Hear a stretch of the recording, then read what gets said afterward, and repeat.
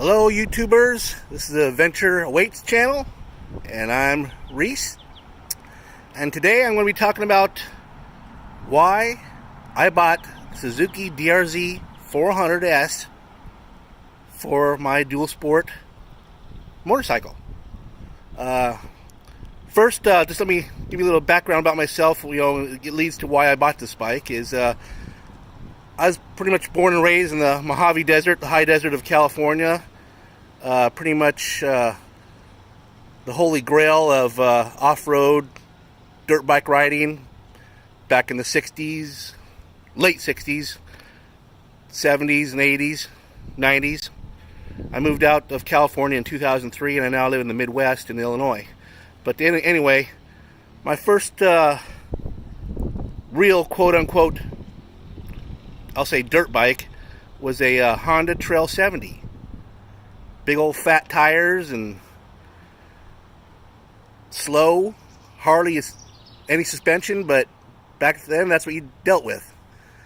Anyway, I rode that bike for quite a long time until I was probably in 12, 13 years old, 14 years old, and then got into the kind of dirt bikes. I'd say the XR75 came out then, and that was the king of the hill back then.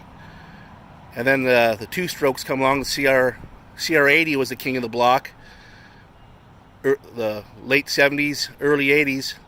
And then that's when I bought my first two-stroker, a Kawasaki KX125. First year it came out in water cooling. I think that was in '82. So from that, I went to three-wheeler, which was all the craze back in the mid-'80s. I went to a 350X, and that was a beast. I love that bike. I wish I never got rid of it. It was awesome. A lot of torque, fun to ride. You just know how you just had to know how to ride it. People say they were dangerous, but it's all how you rode the bike. You had to put your weight, from side to side, inside corners, and it's all about the weight transfer on those kind of bikes. Anyway, coming to '92, I bought a Honda XR600R, and that was a beast. And to tell you the truth, too much power for me. I mean, it's fast, torquey. I mean, it was just too much power for me to deal with, and it was a little bit heavy. But anyway, 2003, I ended up selling that bike and moving out to the Midwest. Not a lot of places to ride out here in the Midwest. You've got to really travel to places to ride.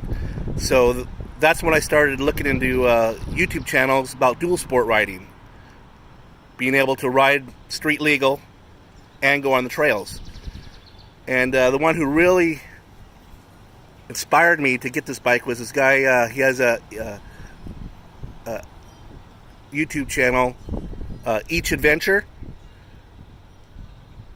I believe he has a KTM.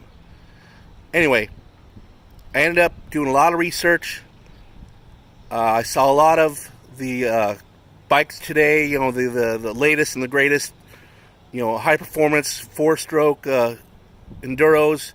But the maintenance levels on those things are just ridiculous. I'm not going to do what they say, 10-hour oil change intervals. I'm not going to do that. I know they're a lot quicker, more power, but I tried this bike out, the DRZ, and wow. I mean, it reminded me of the 350X in the torque, and the power, and it's just, it's all the power I need. And then some, and then I just have more fun on a bike that I can utilize the whole power range of it than the ones that I'm kind of scared of. So anyway, that's why I bought the DRZ. The maintenance intervals are 3,500 miles, oil change. It's been around since year 2000, pretty much unchanged. Pretty much the plastics is the only thing that's changed. It's water cooled. There's a ton of accessories for it, and anyway, it's just all around just a great bike.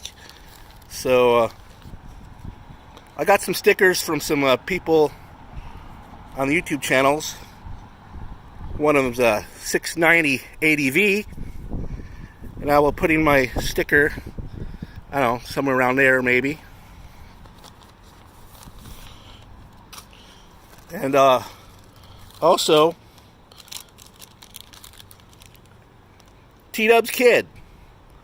He rides a little TW 200, one with the little fat tires on that thing. Put that maybe around there somewhere. And I got one from Scratch Babble. I think he rides out in somewhere out east somewhere. But he cool guy. He just pretty much, I think he's starting out on his KLR 650. And nice to watch his channel. Anyway, I'll be making a lot more channels, riding my bike. You know, this is like one of my first or second videos doing this, and I'll get better as I go. And hope you guys like my channel, and we'll watch it in the future. Thank you.